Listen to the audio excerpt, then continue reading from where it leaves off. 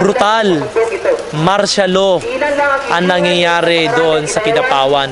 6 na buwan nang walang tulong ang pamahalaan sa 36,000 na mga magsasaka sa North Cotabato. Inutil na siya, 6 na buwan.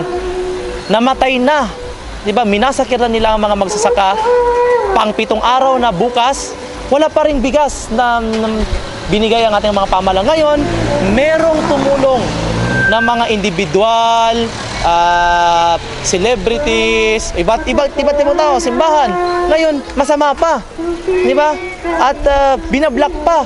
Meron nangyaring food blockade doon sa mga rice, katulad ng pag-donate ni Robin Padilla. Pahirapan na makalusot doon sa mga magsasaka. Ganun po yung sa ginagawa ng ating pamahalaan.